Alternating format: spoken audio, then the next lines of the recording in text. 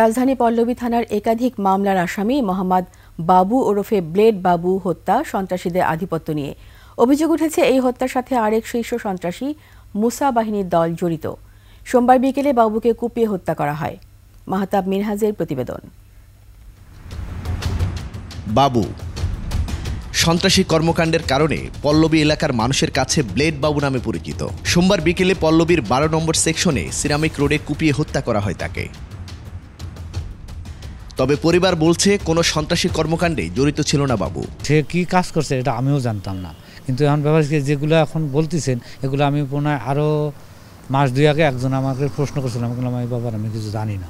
আমার সামনে কথা বলার মতন ওর আপনি মাথাটা নিচু করে কথা বলতো, কোনো সময় আমার সামনে উচ্চ সুরে কিংবা কোনো বেয়াদবির মতন কোনো কথা বলে নাই। পুলিশের সুরতহাল প্রতিবেদনে দেখা যায় বাবুর নামের জায়গায় লেখা রয়েছে মোহাম্মদ বাবু ওরূপে ব্লেড বাবু ওরূপে সাফি ওরূপে মঞ্জুরুল ইসলাম। জানা যায় এক এক সময় এক এক নাম ব্যবহার করতেন তিনি, আর ঠিকানার জায়গায় যে জায়গার নাম রয়েছে সেখানে গিয়ে দেখা যায় সেটি তার শ্বশুর বাড়ি।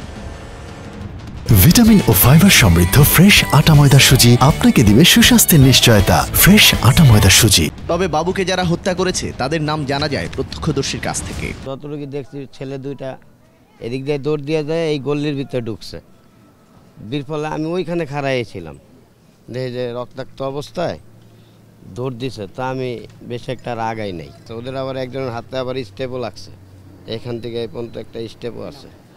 তার নাম রাজন। পুলিশ বলছে তদন্তের পরই বের হয়ে আসবে কারা জড়িত। রাজনের নামটাই প্রাথমিকভাবে পাওয়া গিয়েছে এবং এটা আসলে তদন্ত করে রাজন গ্রুপে আর কে কে জড়িত আছে সেটা পরবর্তীতে দেখা হবে। হত্যার পেছনে দায়ীদের বিচারের দাবিতে পল্লবী থানা ঘেরাও করে বাবুর স্বজন ও অনুসারীরা। মাহতাব মিনহাজ, 21 টেলিভিশন, ঢাকা।